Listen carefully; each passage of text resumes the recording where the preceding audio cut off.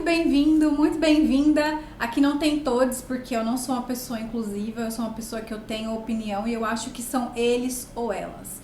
Então, esse é o podcast MEI, Mães Empreendedoras Imparáveis.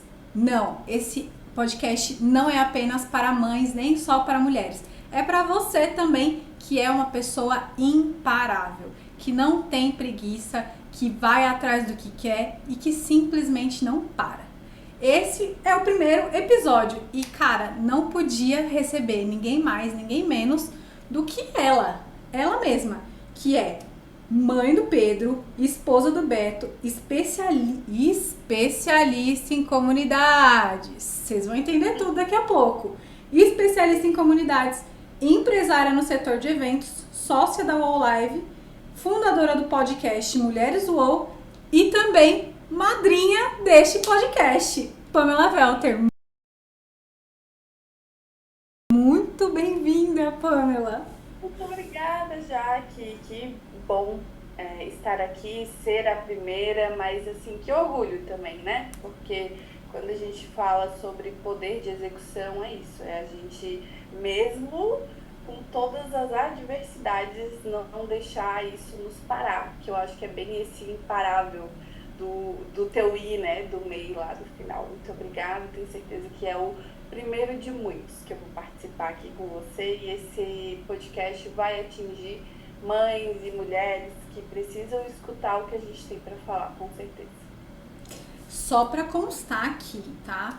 A Pamela foi a pessoa que desengavetou esse projeto do podcast, que ele antes era um podcast EmpreendaCast, e daí eu gravei uns 2 episódios, daí eu falei, cara, dá muito trabalho, é muita coisa. E daí eu conheci a Pamela em 2022. E daí eu falei, cara, essa mulher, gente, que puta sacada. Mas vocês vão conhecer um pouquinho mais dela aqui. E vocês vão ver que realmente ela é imparável. E esse é um dos motivos dela estar aqui comigo hoje. Pam, a gente vai falar um pouquinho sobre o seu empreender aí pós-Pedro, né? Porque as pessoas têm uma coisa, né? E quando eu falo as pessoas, eu generalizo, sim, tanto homens quanto mulheres, mães, pais, periquitos, papagaios, mas principalmente nós, mulheres, tem algumas de nós, não vou generalizar nesse momento, mas tem algumas de nós que acham que depois do filho a gente, cara, tem que cancelar a nossa vida. Me diz aí sua opinião sobre isso. Eu sei que você tem uma opinião bem posicionada sobre isso. Então, por um certo tempo é isso mesmo. Eu não tenho outra coisa para dizer, assim. O Pedro nasceu e eu nunca achei que fosse tão difícil ser mãe. Eu não tenho outra palavra. Eu não fui uma mulher que idealizou muito a maternidade ou que esperava ansiosamente por esse dia. Não estou menosprezando, tá? Quem faz isso ou quem tem esse sonho. Mas não era uma coisa para mim. Eu sonhava muito forte com uma carreira, com ter uma liberdade, e a liberdade essa que existe aqui na minha cabeça, né? Que era não ficar pensando em boleto todo dia, enfim, né? Poder olhar para frente, para além das contas a pagar. Então, para mim, a maternidade não foi uma coisa super sonhada. Quando eu fiquei grávida meio que no susto, né? Porque eu fui casada durante 10 anos. E daí, escute antes de me julgar o que eu quero dizer sobre susto, né? Eu fui casada por 10 anos. E eu sempre achei assim, não, com 30 eu vou engravidar, porque, né, 30, vai estar tudo resolvido na minha vida quando eu tiver com 30 anos, então eu vou engravidar. Com 20 a gente pensa que 30 é uma pessoa velha, idosa, eu com 20 eu tinha esse, né, parecia ser muito longe, e com 30 estaria tudo resolvido. Eu fui casada antes de 10 anos, eu casei com 19 e aos 29 eu me separei, né? Eu me separei dia 15 de abril de 2020, bem no meio da pandemia. E daí as pessoas falam assim, a pandemia separou muitos casais, né? Não era porque a gente não saturava ou porque a gente começou a conviver mais. Era um ciclo, não sei. As pessoas às vezes dizem que tem em 7 anos, às vezes eu acho que o meu é em 10 anos. Aconteceu tudo tão rápido e foi naquele momento, assim, 15 de abril eu me separei Dia 5 de agosto conheci o Beto, que é o meu atual marido, e 5 meses depois eu estava grávida. Claro, assim, eu tinha um método contraceptivo com ele, mesmo assim, acabei tomando uma pílula no dia seguinte, não deu. Eu engravidei mesmo assim. Quando eu engravidei, não foi aquela coisa então super planejada, né? Eu estava ali, auge das oportunidades, tudo acontecendo. Chegou o Pedro e eu olhei para minha vida e disse, cara, eu tô preparada para ter um filho, né? Eu tenho, né, 30 anos, eu tenho uma casa, eu tenho uma condição financeira, vai dar tudo certo, né? Então, olhando para as coisas materiais, para o ter, estava tudo resolvido. E assim foi, a gestação assim não foi muito tranquila, porque eu não sei se eu não estava muito lidando com a gestação, eu não estava assim aproveitando, estou grávida, flores. Não, eu estava tipo, tá bom, fiquei grávida, mas eu tenho todos os meus sonhos e projetos e tal. Quando o Pedro nasceu, dia 10 de janeiro de 2022, do ano passado, né? Eu sou péssima em cronologia assim, daí eu tive que dar uma pensada. Isso mesmo, 10 de janeiro de 2022. Tipo, caiu uma bomba na minha cabeça, porque eu tive que realmente parar tudo. Assim, não foi uma coisa. Eu me vi com um pacotinho e daí eu era responsável 100% pela vida dele. E se acontecesse alguma coisa, e quem é mãe sabe que passam as piores coisas na cabeça de uma mãe, nunca vi passar tanta tragédia. Então, assim, tu pensa se ele vai se afogar com a saliva, com a mamadeira, se ele vai se virar, se ele vai se afogar com. Se o travesseiro vai vir por cima da cara. Meu Deus, era assim, uma angústia. Então, assim, pra mim, tudo mudou, porque eu era só eu, 100% egoísta, né? No meu egoísmo lá, que tudo era pra mim, meu tempo, academia, alimentação, era tudo pra mim. E de repente, do dia pra noite, porque foi assim, um dia eu tava grávida, no outro eu parei, do dia pra noite eu tinha outra prioridade na minha vida, né? E lidar com isso, com essa inversão, assim, de uma maneira tão abrupta, foi bem avassalador. Os 2 primeiros meses, tanto para mim quanto para o Beto, foram muito difíceis. Difíceis porque eu já não me reconhecia, né? Eu já não era mais aquela mulher que um dia eu fui.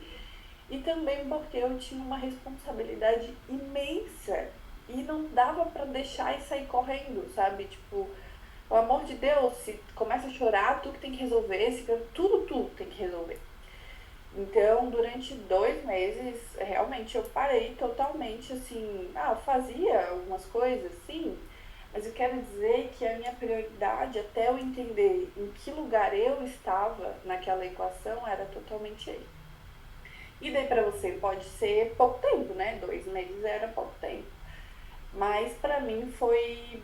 Eu achei que eu ia conseguir levar assim, numa boa as duas coisas e eu vi que não é uma coisa simples.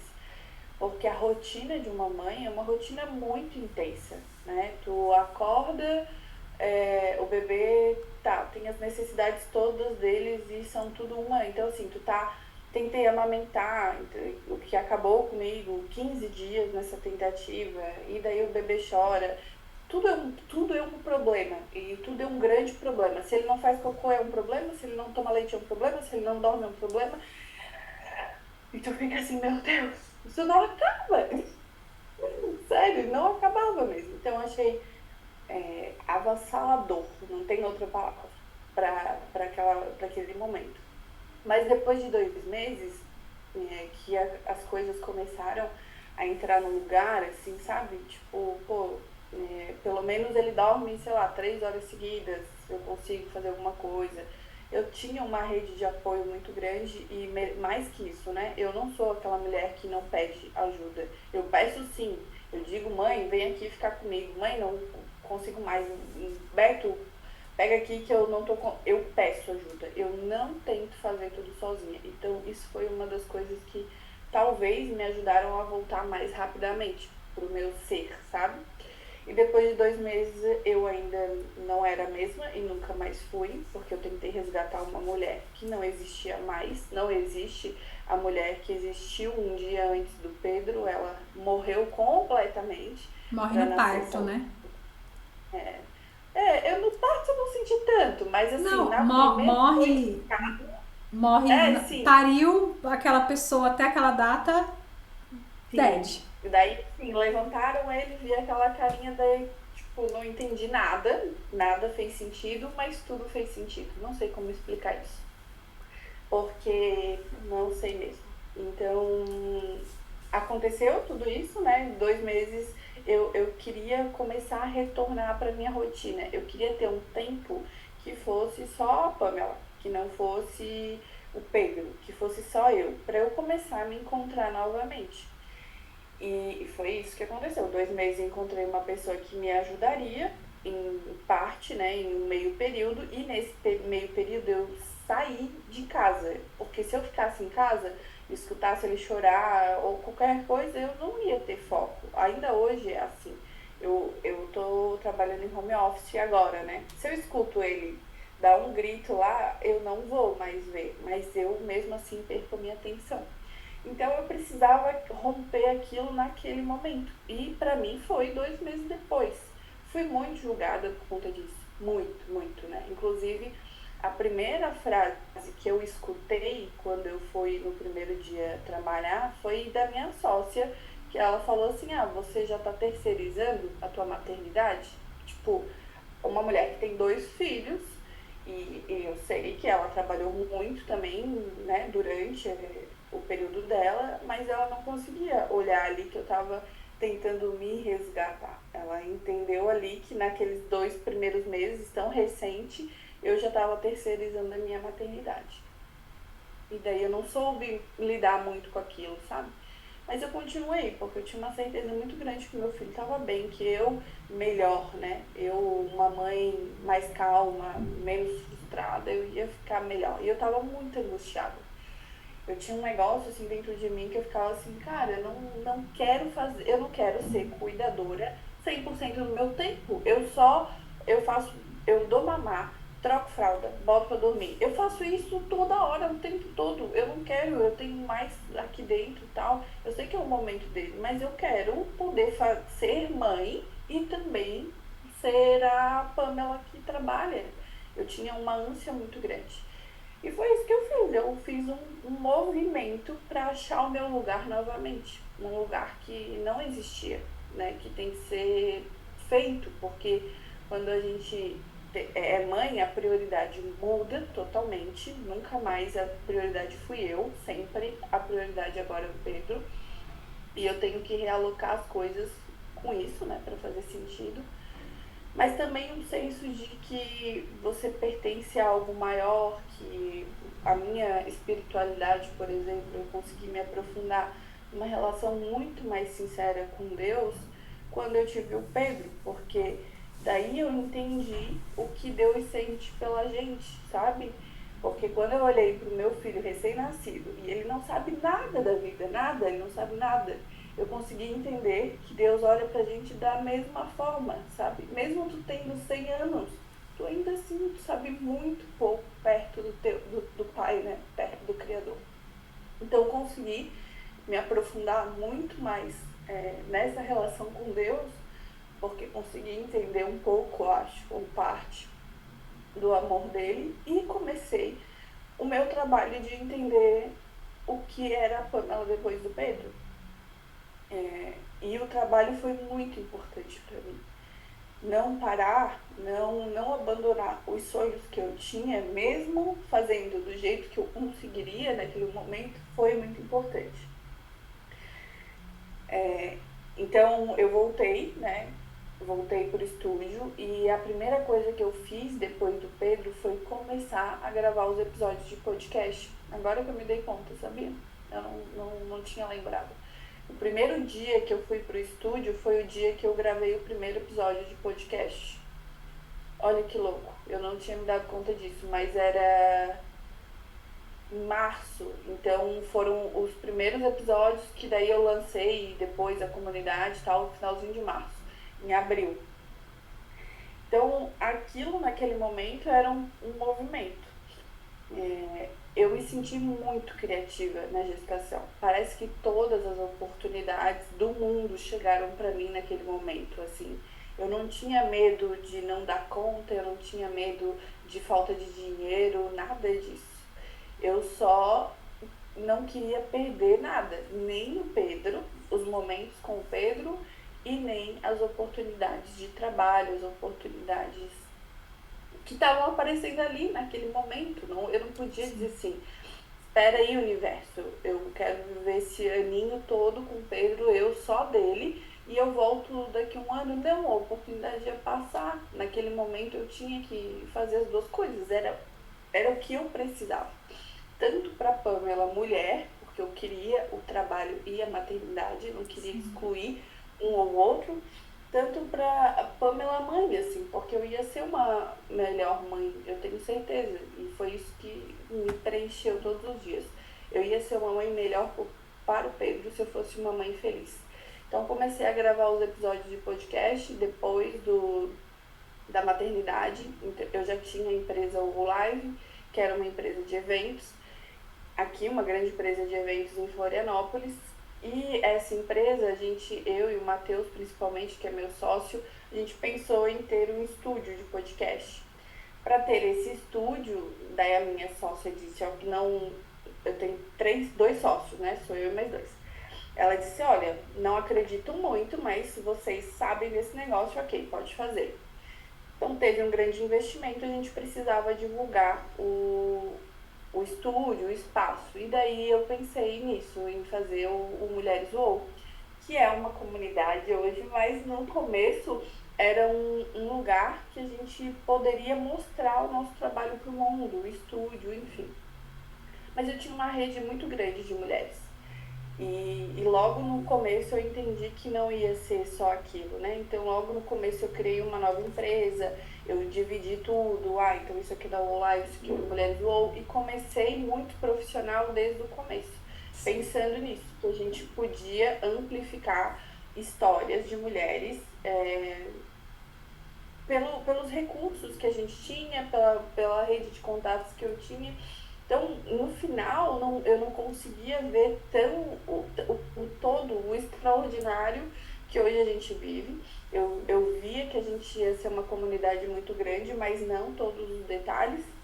Mas essa vontade e essa ânsia de querer fazer algo novo foi o que me deu força para ser imparável. Então, sim, eu não acho que o filho é uma desculpa, né? Não pode nascer, o seu filho não pode ser desculpa para tudo, mas muda totalmente a sua vida. E é totalmente compreensível as mulheres que têm uma dificuldade para voltar, que não conseguem se encontrar assim tão rapidamente, que precisam de mais tempo, porque não tem apoio, porque não tem nenhuma mentalidade clara, porque eu poderia ter sido parada no meu primeiro dia de trabalho, quando a minha sócia olhou para mim e disse assim, tu tá terceirizando já a tua maternidade, aquilo ali poderia ter sido algo que teria me parado.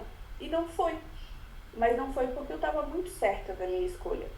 Eu lembro nitidamente de ter visto esse corte do podcast e a gente tinha começado a se falar porque a gente estava na mentoria e eu lembro de olhar e falar, cara, é isso.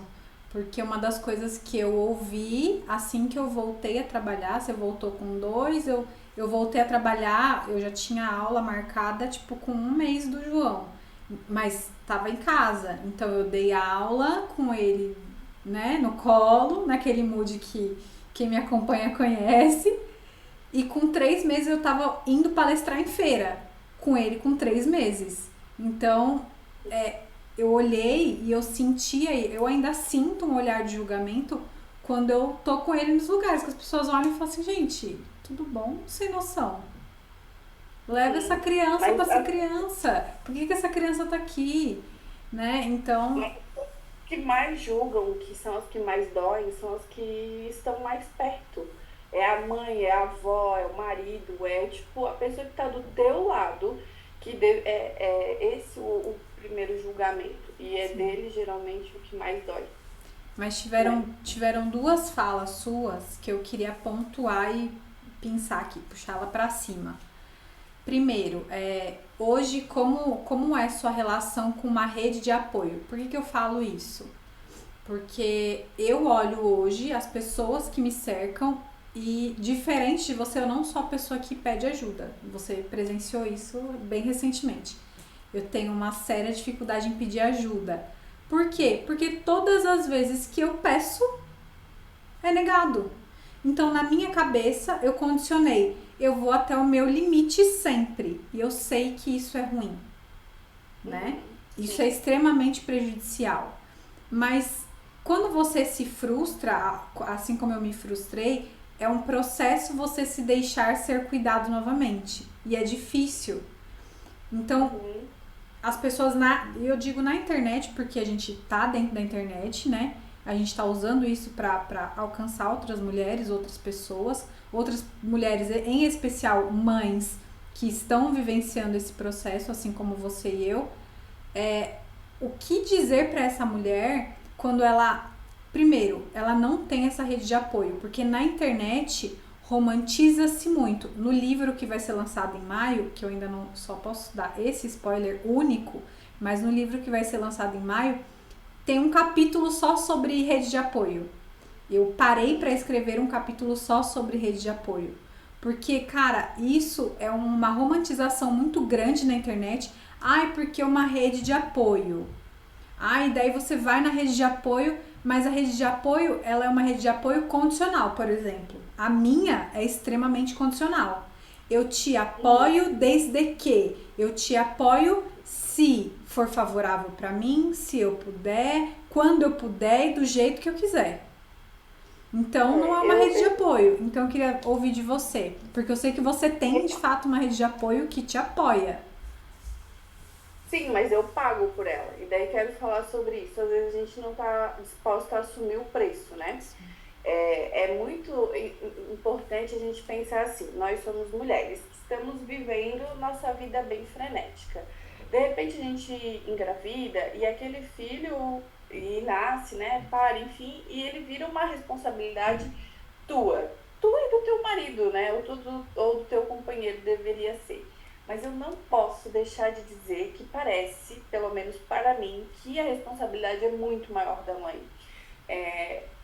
Não sei se é por conta da alimentação, por conta desse instinto. O Pedro sempre foi muito ligado, assim, eu olho para ele, eu sei mais ou menos depois de 2 meses, né? Antes ele só chorava e eu ficava, meu Deus, o que eu faço? Hoje eu olho para ele, eu sei o que ele tá sentindo, o que ele tá pensando um pouco, eu já sei, sabe? Mas a responsabilidade parece que é muito mais avassaladora, grande, enfim, para a mãe do que para o pai, por mais que seja um pai presente. Tá? E o meu marido, ele é um marido presente, mas eu não consigo nem mensurar o tamanho das nossas responsabilidades, porque eu me sinto muito mais, carregando muito mais essa responsabilidade pela vida, pelos cuidados, enfim, até mesmo pela nossa própria função, eu acho, né? A mãe veio mesmo para proteger, para cuidar, para dar subsistência, enfim, acho que é ok, tá tudo certo. Quando eu falo sobre rede de apoio, tem 2 formas, né? A gente tem que olhar também que as outras mulheres que podem nos apoiar, nossa mãe, nossa tia, nossa avó, elas estão vivendo a vida delas, né? E claro, aquela responsabilidade é tua enquanto mãe. E daí quando tu passa por uma outra mulher, tu tá tirando, de certa forma, dela uma coisa que você não quer pra você. Então você não quer ser 100% cuidadora, então você precisa de ajuda e você pede, né? Se eu fosse pensar no teu caso, né? A gente só se frustra quando a gente tem expectativas. Então, a culpa da tua frustração sempre é tua. Eu botei uma expectativa em relação àquela pessoa, ela me decepcionou porque ela não cumpriu o que eu esperava dela. Quando eu assumo isso, essa responsabilidade de que a frustração é minha, porque eu botei expectativa no outro, é mais fácil de lidar. Porque daí tu não vai ficar com tanto medo de pedir as coisas. Se a pessoa te disser não, ok.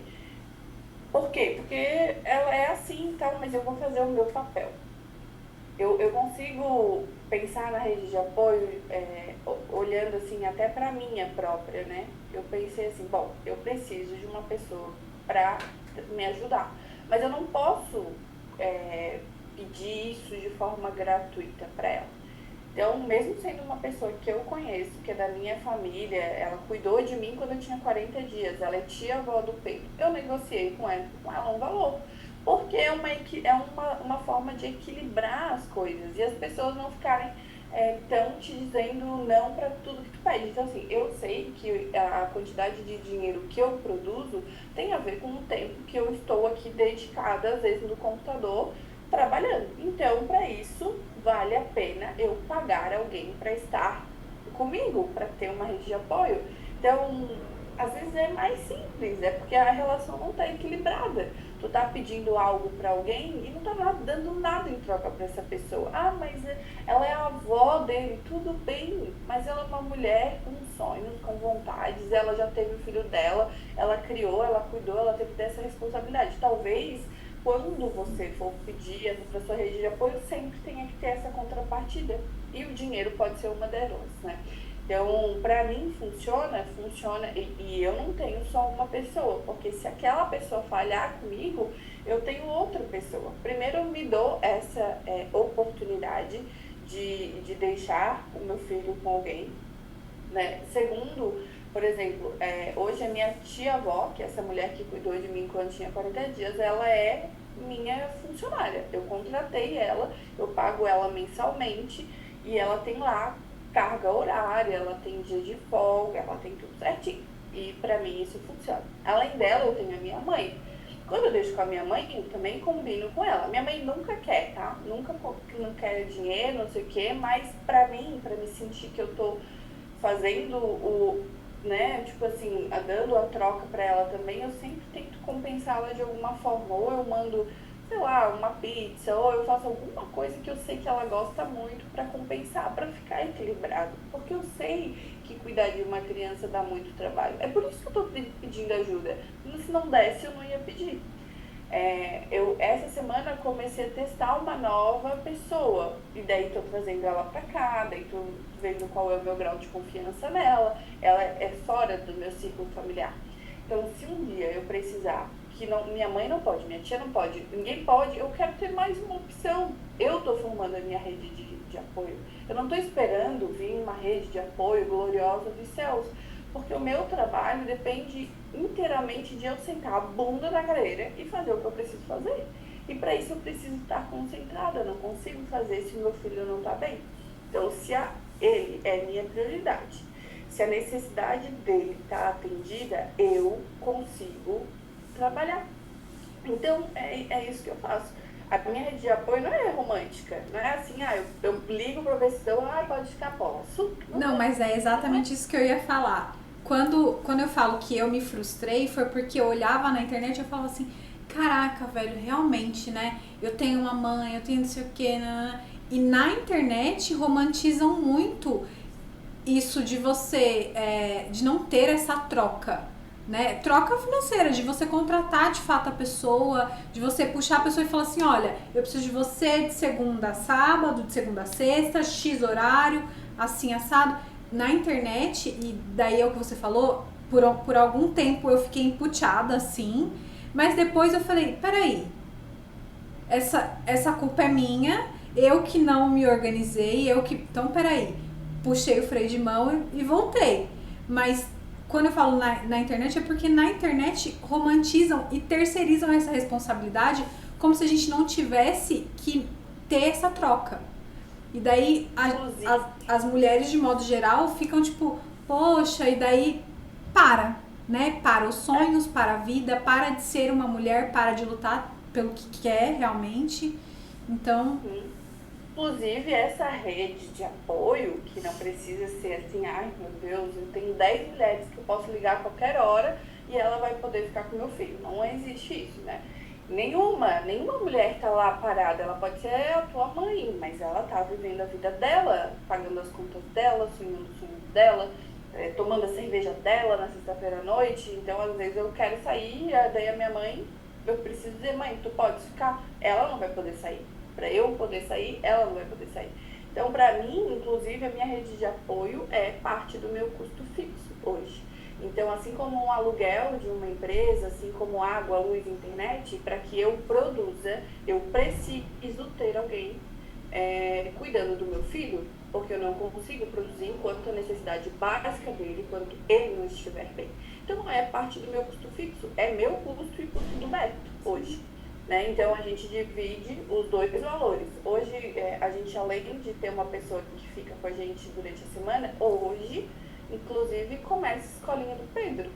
Então, ele vai para a aula, ele vai ficar meio período na aula. Então, tanto o custo da escola quanto o custo da funcionária que a gente tem, porque a gente não quer deixar esse ano ele integralmente, para isso, assim, como eu trabalho home office, eu posso lá dar um cheirinho, posso brincar, posso dar almoço, posso trocar uma fralda e voltar. Então, se eu tô com ele integralmente na escola, eu não consigo. Então, eu pago por isso. Eu pago duas coisas. Uma escola, meio período, e pago uma pessoa para ficar aqui. Por quê? Porque eu tiro isso diretamente do meu lucro, porque eu entendo que eu vou ficar muito melhor e vou produzir muito mais se eu tiver essa paz no coração. Que eu não estou deixando nenhuma das duas coisas. Eu não me sinto uma mãe que não está cumprindo seu papel.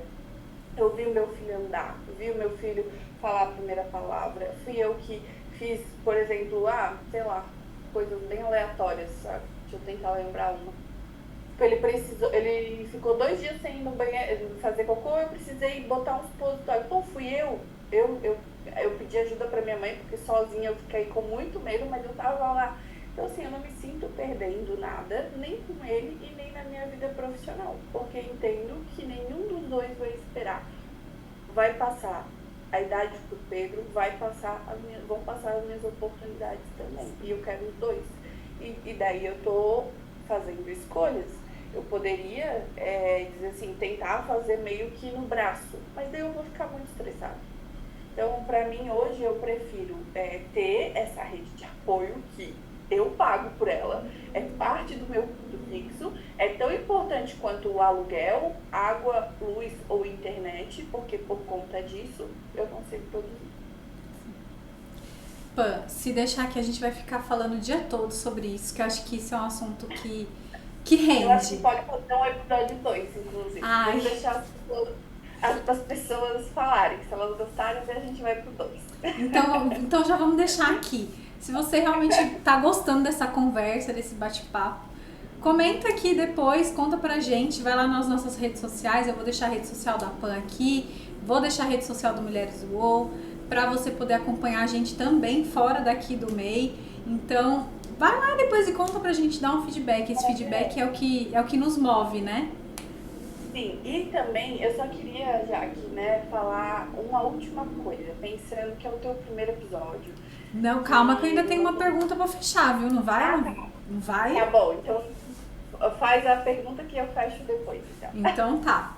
Então, pensando em tudo que a gente conversou aqui hoje, né? Uma das perguntas que eu quero ancorar dentro desses episódios hoje, o que a Pamela poderia dar de conselho? Hoje, vivenciando tudo que você já vivenciou, contando as suas experiências, as boas, as ruins, tudo que foi muito bom, tudo que não foi tão bom, tudo que aconteceu até aqui. Esse dia de hoje, dia 6/2, né? Esse episódio não vai pro ar hoje, mas tudo que aconteceu até o dia 6/2, conta pra gente o que você poderia dar de conselho para que essa mulher, essa pessoa que está assistindo esse episódio, para que ela realmente seja imparável, em especial as mães. Porque eu tenho uma filosofia de ser imparável. Eu decido todos os dias, quando eu levanto da cama, não parar. E eu entendo que isso é uma escolha, né? E vai se tornar, né, efetivamente o slogan, né? Escolha ser imparável. Porque é uma escolha. Eu entendo que é uma escolha, mas assim como não dar desculpas, eu também entendo que é uma escolha. Mas eu quero ouvir de você, que eu trouxe aqui para poder contribuir nesse primeiro episódio. Qual é o seu olhar sobre isso? Como que a pessoa faz para ela ser imparável, para ela não parar na primeira topada de dedo que ela der na pedra? Sim. Vai casar bem com o que eu queria falar, então tá tudo certo. Eu queria dizer que por vezes você vai se sentir um pouco alienígena, assim, Às vezes você pode, sei lá, ter uma gestação que não foi tão incrível, tão mar de rosas. Eu enjoei 4 meses inteiros, daí nos outros, né, tudo que tinha pra dar deu. Daí tu vai olhar para as outras mulheres e parece que, nossa, a gestação é tão tranquila. Daí tu vai pro parto, também não vai. Então, em cada fase tem uma coisa que é só sua e daquele bebê e daquela família. Então, eu me senti muito alienígena muitas vezes. E depois que eu parei para pensar e que eu consegui refletir mais profundamente sobre, não tem nada de errado comigo. Na realidade, é uma vida única, né? São escolhas que eu e o Beto fizemos, o bebê veio de um jeitinho específico, a forma que eu reajo, então não tem como comparar, sabe? Olhar para a história de uma outra mulher e ver, ou enfim, ou achar que você é menos ou que você é mais. Tem o seu jeito de fazer as coisas. Então, se eu pudesse te dar um conselho, entenda que parte do processo é ficar confusa.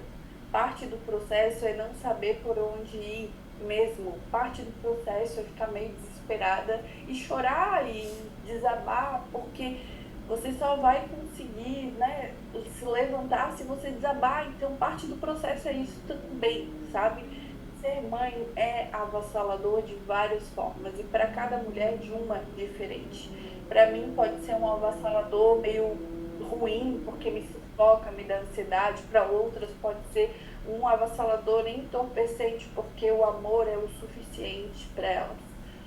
Mas respeita o teu avassalador, sabe? Vai ser, de qualquer uma das maneiras vai ser. Para você ser imparável, é você ter um objetivo muito claro. É você entender que quando você vai trabalhar, você não está indo só por você. Você vai por aquele bebê também, você vai por aquele filho também, você vai por aquela família. E é isso que me faz ser imparável hoje. Olhar que eu tenho oportunidades que não vão esperar, mas eu tenho um grande motivo, que é o Pedro, que é o Beto, que é a minha família, que é nós três juntos, né? Não é eles separados de mim, mas eu com eles.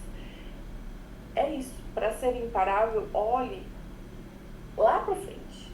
Mesmo que hoje parece que tá dando tudo errado, mesmo que hoje a vontade de gritar, de chorar e de sair correndo, isso faz parte do teu processo também, tá? Não tem uma imparável aqui, uma mãe que não desistiu algumas vezes. A gente desiste e começa, desiste daqui 5 minutos, não, dá a volta por cima. Eu também desisti muitas vezes de, sei lá, de dizer assim, não, eu não consigo, não vai dar, é impossível, como, e o como aparece se a gente decide continuar, tá?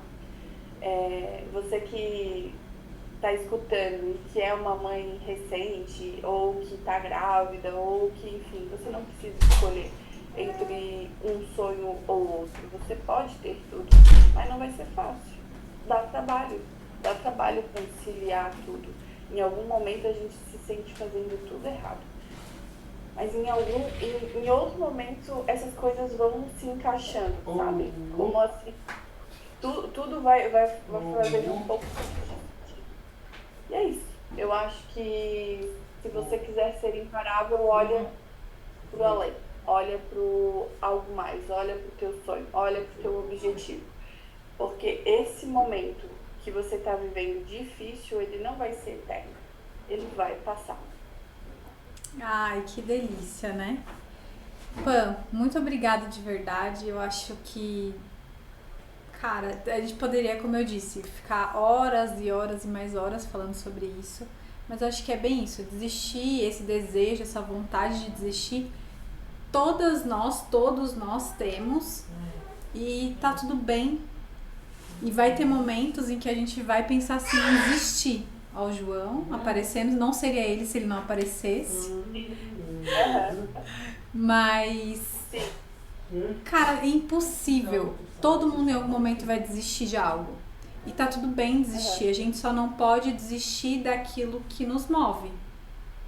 De repente você teve uma ideia super brilhante, maravilhosa, nananã, e daí no processo você viu que, peraí, não era bem isso, não era bem aquilo.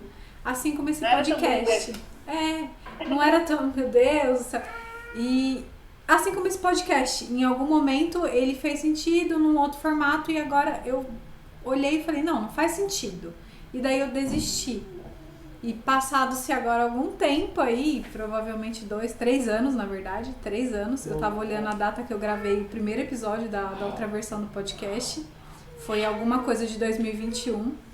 Então, agora em 2023 a gente resolve dar o play de verdade, e de verdade é contando histórias, trazendo pessoas para poder contribuir, e talvez amanhã seja a sua vez de estar aqui contribuindo. Hoje é a Pamela, amanhã pode ser você, e esse é o processo. O importante é que você não pare, que você não desista. Não desista de ser você, não desista da sua história, não desista do seu rolê. E é isso. Pam, muito obrigada pelo seu tempo. As imparáveis param, mas as pausas são bem pequenas, já. Sim. A gente para, toma fôlego e continua. Eu acho que é isso que é ser imparável. Não é essa coisa, uma linha reta. É uma linha, é cheio de altos e baixos. E a gente continua. O importante é seguir. Com certeza. Pam, gratidão pelo seu tempo. Esse é o ativo mais valioso. E eu sei o quanto é corrida a sua agenda. É sempre uma loucura. Então, muito obrigada de verdade por poder estar comigo aqui, desbravando esse novo tempo e dando play nessa nova fase. Eu que agradeço. Vamos fazer esse podcast agora chegar para todas as mães que precisam escutar. Então é isso. Um beijo bem rico para você. Até o próximo episódio. Tchau. Até.